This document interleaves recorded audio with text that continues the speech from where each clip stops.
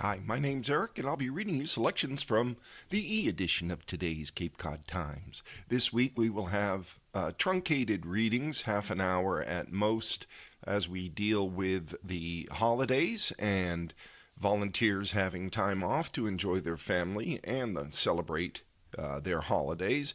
So you're likely to hear some very different readings than you might normally. Many of them will be seasonal, and much of our content will be pre-recorded material.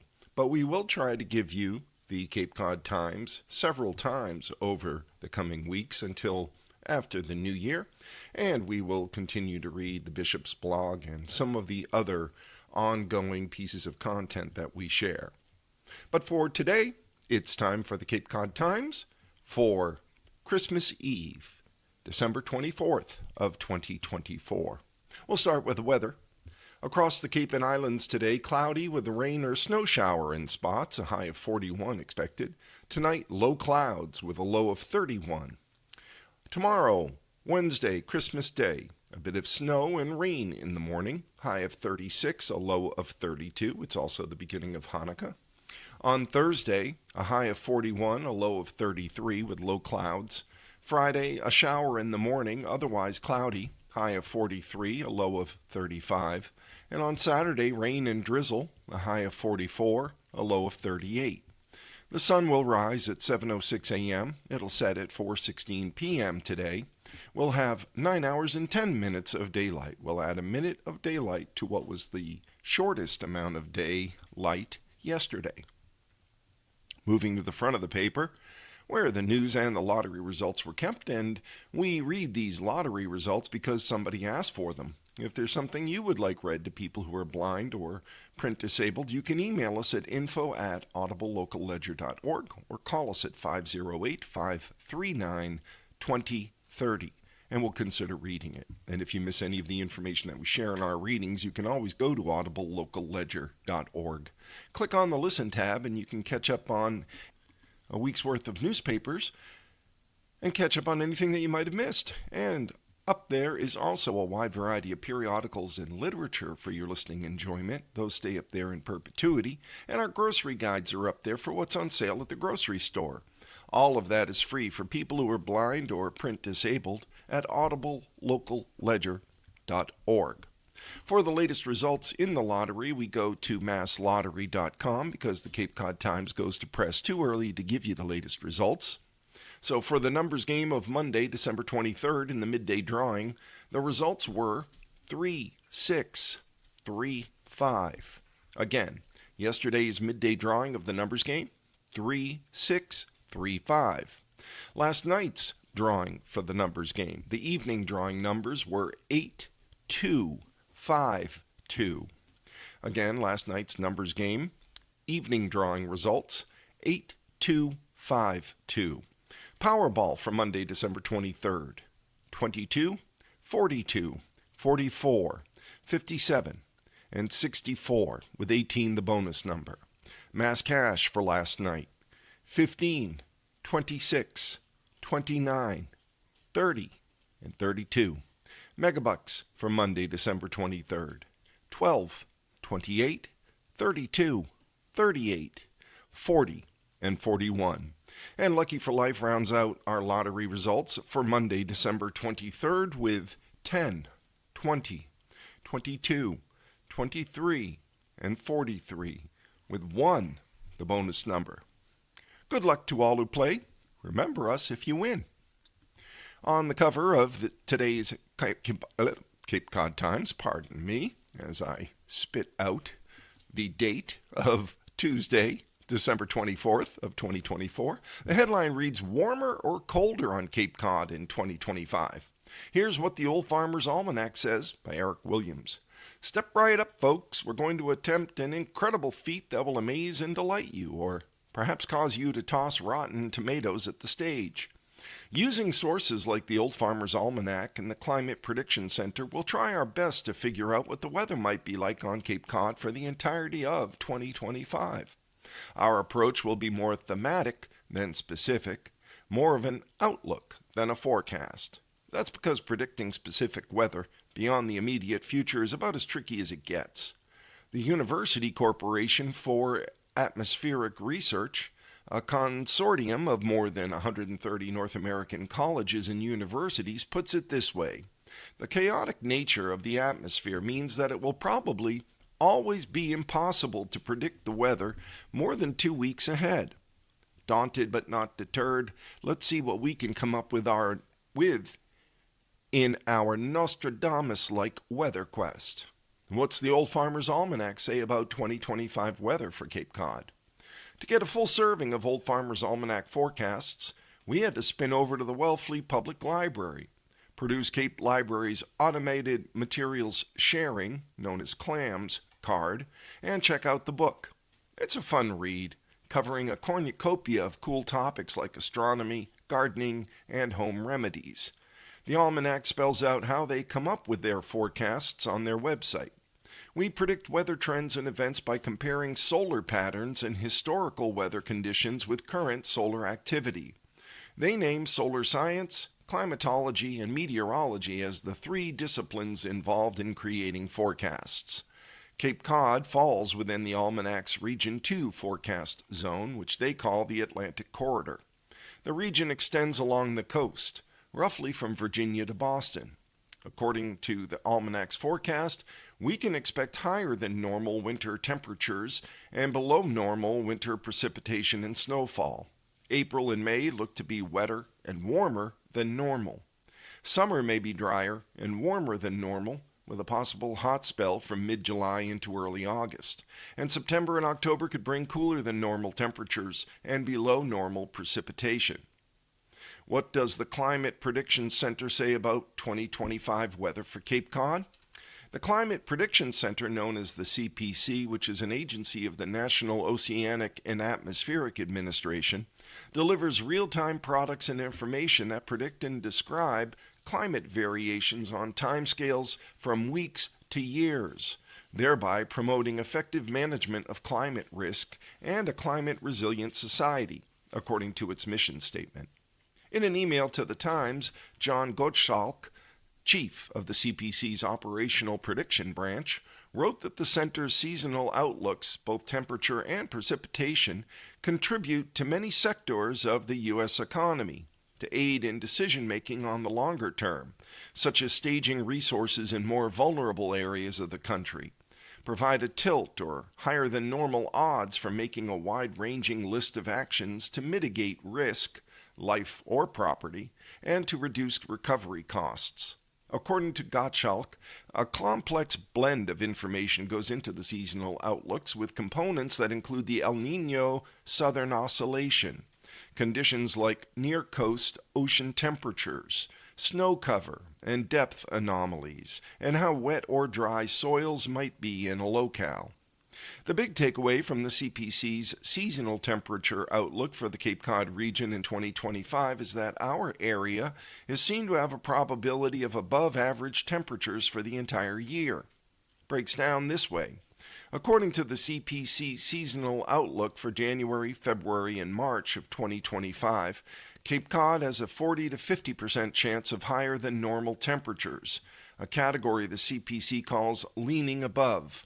For the rest of 2025, Cape Cod has a 50 to 60% chance of higher than normal temperatures, a category the CPC calls likely above. In the precipitation department, the seasonal outlook for the Cape Cod region is seen as having equal chances of above or below normal precipitation for 2025.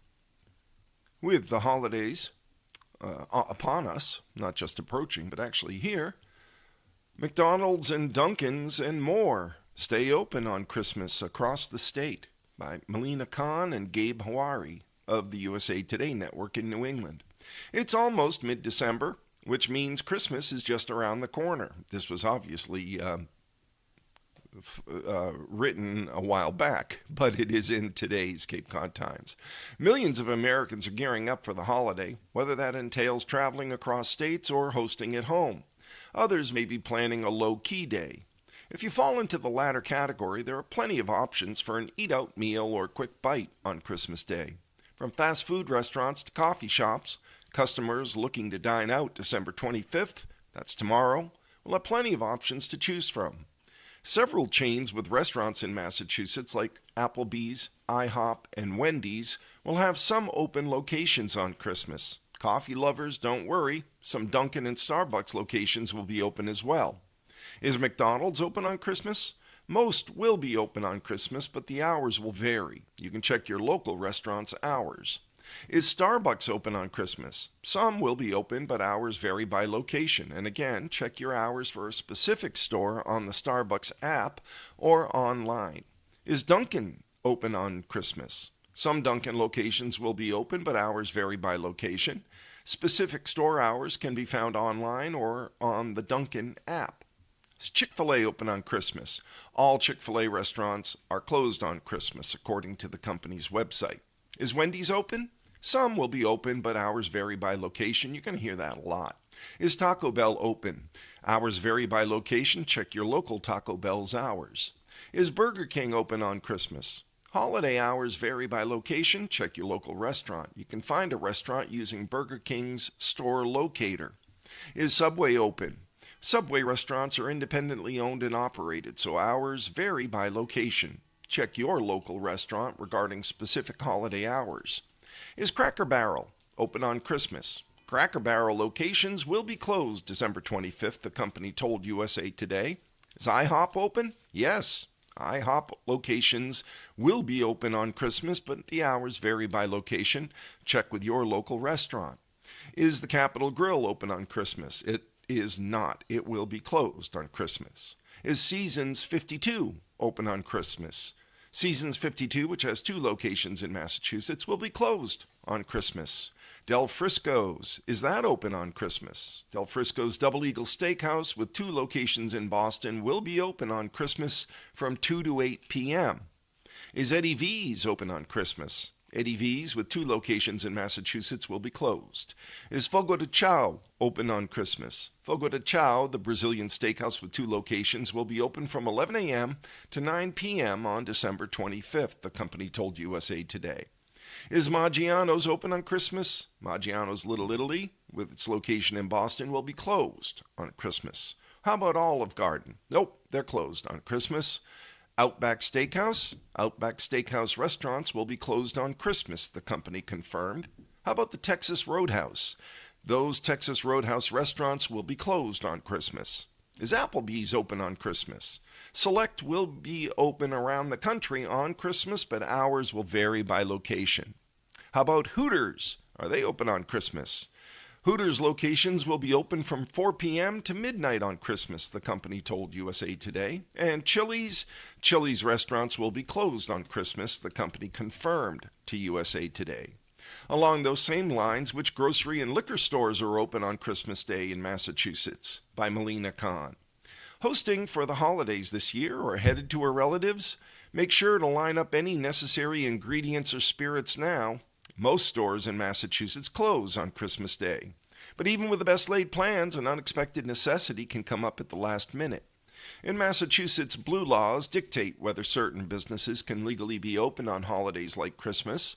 Some businesses, like gas stations, restaurants, and pharmacies, are allowed to be open on restricted holidays. But even if a business is allowed to open on Christmas Day, it might opt to stay closed for the day. So it's important to check a store's holiday hours. Here's which places around Massachusetts will be open on December 25th. Grocery stores, are they open on Christmas in Massachusetts?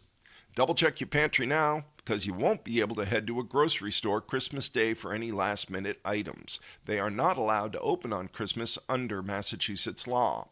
That means grocery stores such as Stop & Shop, Big Y, Roach Brothers, Hannaford, Market Basket, Trader Joe's, Price Right, Wegmans, and Whole Foods will all be closed. Are liquor stores open? Liquor stores also can't open on Christmas Day in Massachusetts under state law, so make sure to stock up by Christmas Eve. Restaurants, which can open on Christmas, are allowed to serve alcohol on site. Are gas stations and convenience stores open on Christmas in Mass? Yes, gas stations are among the few businesses allowed to be open on Christmas. Small convenience stores like those on site at gas stations are allowed to open as long as no more than 3 employees are working. Hours vary by location, but the following stores will likely be open on Christmas: BP, Cumberland Farms, ExxonMobil, Irving Oil, Neon Marketplace, Seasons Corner Market, Sunoco, Sam's Food Store, Shell, and 7-Eleven. Are pharmacies like CVS and Walgreens open? Pharmacies can open on Christmas in Massachusetts. Some CVS locations may be closed, so be sure to check your local store's hours. Walgreens will be open on Christmas, the company said. Will Dunkin' and Starbucks be open on Christmas in Mass? And as you just heard, coffee drinkers looking for a morning cup of joe before opening presents can head to Dunkin' or Starbucks on Christmas Day. They're allowed to open, but many locations may close anyway or have reduced hours. So check those specific locations. And restaurants, as we just went through in our first reading, are allowed to open on Christmas, but many opt to close to give employees a day off. From the Cape and Islands section, with MCAS exams gone, school districts weigh what to do next, by Sam Drysdale of the State House News Service. Massachusetts school districts have to come up with new processes before the end of the school year to determine if a student has shown competency over state academic standards, as state officials face an onslaught of questions raised by passage of a new voter law. Voters in November passed Question 2, an initiative petition that removed the requirement that students pass the MCAS exam to graduate. The new law also delegated the power to determine if a student met statewide standards to individual school districts.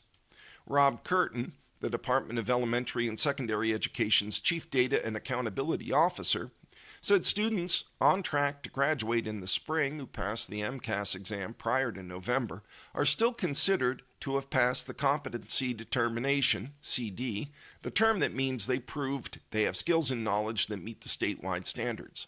Some students, however, still haven't passed that test. The most immediate question the department and local districts have to answer, Curtin said, is how to create new local CDs to ensure that these students still have the opportunity to graduate. We think it's really important that there actually be still 2 processes here, one for local graduation requirements and one for the competency determination, aligned to the language that's in the new law, Curtin said. He gave an example that a district could have a local graduation requirement of 2 years of science. A student could meet that requirement by taking life science and geology, for example. That wouldn't, however, meet the statewide CD requirement. There's wide variance to the local graduation requirements across the state, Curtin said. I think we've all seen that now, and for some, the local graduation requirements might envelop what's needed for the competency determination. But that might not be true for all, so we are stressing that it's important that there be separate processes here and set up by all districts.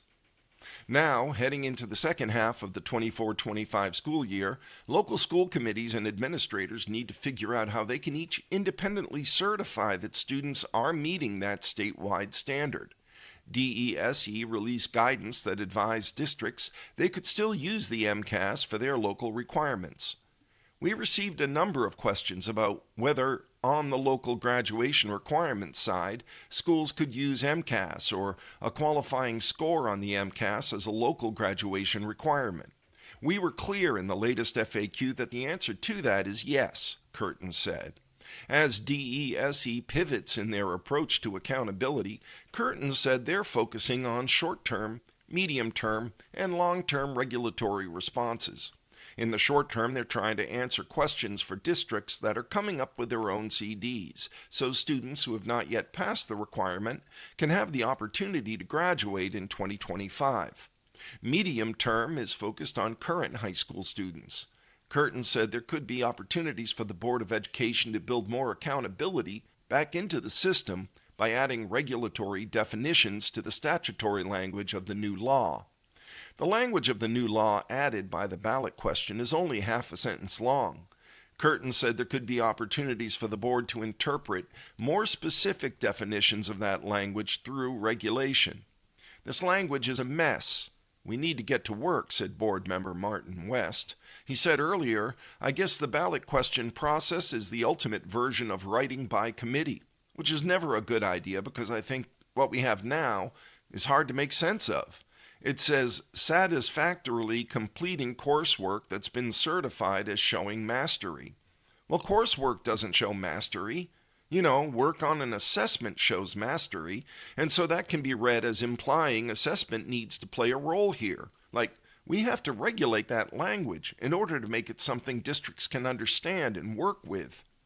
The Board of Education was disempowered, quote unquote, to engage in the process of creating a new accountability system in a meaningful way, board member Michael Moriarty said. We're really limited in doing much that's of serious consequence, and I'm not particularly interested in pretending we have that authority, Vice Chair Matt Hill said, agreeing with Moriarty. In the long term, or planning for students who are not yet in high school, Curtin said it's possible the legislature may want to intervene to make a new system.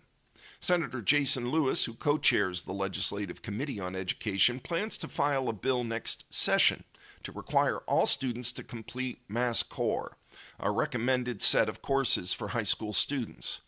Overall, board members seemed open to the idea of Lewis's bill, though Hills warned that implementing MassCore statewide may not be realistic to pass through the legislature, given the history of much smaller amounts of curriculum that couldn't make it through legislation. Moriarty said research shows that MassCore implementation across districts is inconsistent, and that if the state is seriously considering that path to patch over the inconsistencies in accountability from district to district, that's something we can get in front of right now. We'll move to a different kind of local news at this point, the obituaries that are listed in today's Cape Cod Times. There's one in the Times of Tuesday, December 24th. It's of Robert, known as Bob, Christopher Steele, Chestnut Hill. Robert Bob Christopher Steele, 69, of Chestnut Hill, passed on December 21st. He was born September 21st, 1955 in Newton and grew up in Reading. Bob was a proud graduate of Reading High School, where he made lifelong friends and did post-secondary training at Mass Rehab. His determination to have a full and independent life was admirable. He was a devoted son, a loving brother to his sisters, whom he dubbed the Five Marys. Bob treasured his many nieces and nephews and looked forward to visits and reunions. A resident of Cape Cod for many years, Bob enjoyed the simple pleasures of family time, his dog Molly, 70s music, and a Dunkin' coffee at West Dennis Beach. He is survived by many who will miss him dearly. Visitation Hour will be held at Hallett Funeral Home at 273 Station Ave in South Yarmouth this Thursday, December 26th at 12 p.m. It will be followed by a service at 1 p.m. A celebration of life will be held at a later date. To honor Bob's memory, any donations may be made to Easter Seals, Massachusetts at easterseals.com/MA. Easter Seals' early support of the American with Disabilities Act was a cause dear to Bob's heart. And that concludes the obituaries in today's Cape Cod Times. The headline reads, White Christmases are less likely, experts say. Regions will see more rain than snow in warmer winters, by Doyle Rice and Elizabeth Wise. Will we have a white Christmas? The annual question reaches peak curiosity this week, and obviously tonight and tomorrow, but as the planet warms due to human-caused climate change, the probability of seeing snow at Christmas is becoming increasingly unlikely, recent studies and reports have shown. With a warmer climate, it's likely more winter precipitation will fall as rain, rather than snow in many parts of the country, said a 2021 report from Climate Central, a nonprofit science and communication organization. Climate change threatens symbols of the holiday season, from Christmas tree growth, winter recreation, and cozy drinks to Arctic wildlife.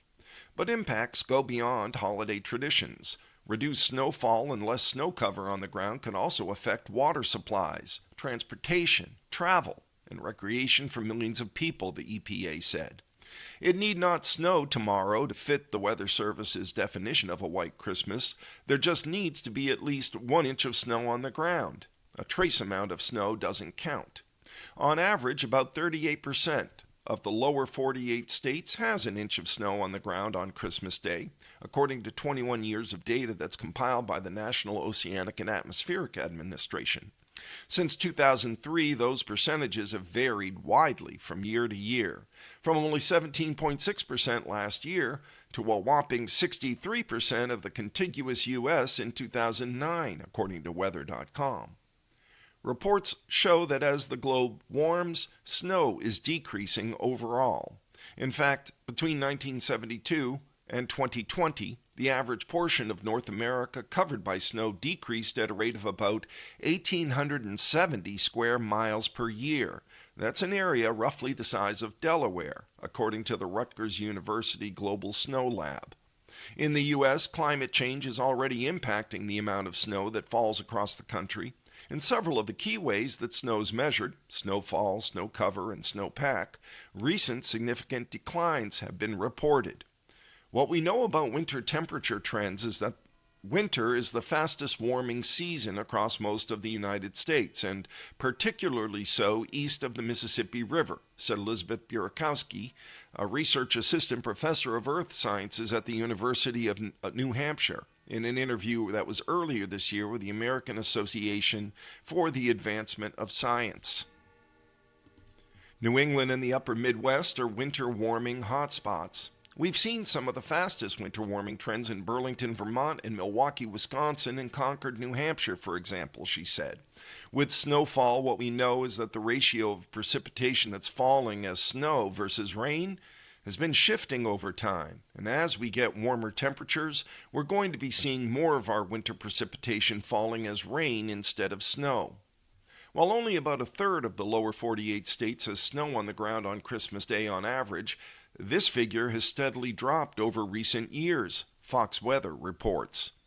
Average winter temperatures in particular have climbed more quickly than temperatures in other seasons, especially in the Northeast, where the American Christmas ideal emerged and evolved in the 19th century, Dagmar de Groot, a professor of environmental history at Georgetown, told USA Today. Periods of extremely cold temperatures were much more common in the region during the middle of the 19th century, when the Little Ice Age was finally beginning to end. Something like the White Christmas ideal in American culture may have been influenced by the average snowfall that people experienced in the 19th century, or it may have stemmed from a particularly extreme stretch of winter weather, de Groot said. At the same time, average winter snow cover doesn't seem to have declined as much as you'd expect since the 19th century, de Groot said. In fact, some parts of the United States, such as the Great Lakes region, appear to be snowier now than they were.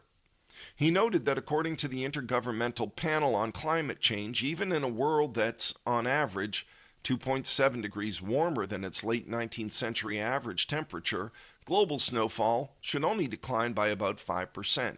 There are several reasons for this. One of them is that a warmer atmosphere can hold more water vapor, which often leads to greater precipitation, de Groot explained to USA Today.